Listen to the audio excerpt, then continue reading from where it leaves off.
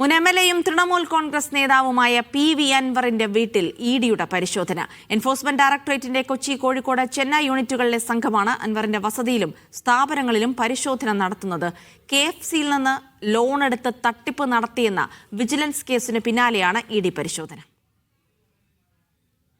2015-ൽ KCFയിൽ നിന്നും 12 കോടിയുടെ വായ്പയെടുത്ത് ഉദ്യോഗസ്ഥരെ സ്വാധീനിച്ച് തട്ടിപ്പ് നടത്തിയെന്നായിരുന്നു വിജിലൻസ് കേസ്. ആ സാമ്പത്തിക ക്രമക്കേടുമായി ബന്ധപ്പെട്ടാണ് ഇഡിയും പരിശോധന നടത്തുന്നത്. പി.വി. അൻവറിന്റെ ഒതായില വസതിയിലും മറ്റു സ്ഥാപനങ്ങളിലും സഹായി സിയാദിന്റെ വീട്ടിലും ഇഡി പരിശോധന നടത്തി.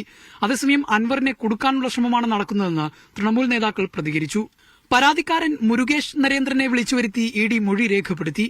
അന്വേഷണവുമായി ബന്ധപ്പെട്ട് കേരള ഫിനാൻഷ്യൽ കോർപ്പറേഷൻ ഉദ്യോഗസ്ഥരുടെ വീട്ടിലും പരിശോധന നടക്കുന്നുണ്ട്. മണിക്കൂറുകൾ നീണ്ട പരിശോധനയാണ് പി.വി. അൻവറിന്റെ വസതിയിലും സ്ഥാപനങ്ങളിലും ഇഡി നടത്തുന്നത്. സാമ്പത്തിക ക്രമക്കേടിൽ വ്യക്തത വരുത്തുകയും തെളിവ് ശേഖരിക്കുകയുമാണ് ഇഡിയുടെ ലക്ഷ്യം. അനുരൂപ് ചിക്കോടിനൊപ്പം ജംഷീർ കൊടിഞ്ഞി, മീഡിയ 1 മലപ്പുറം.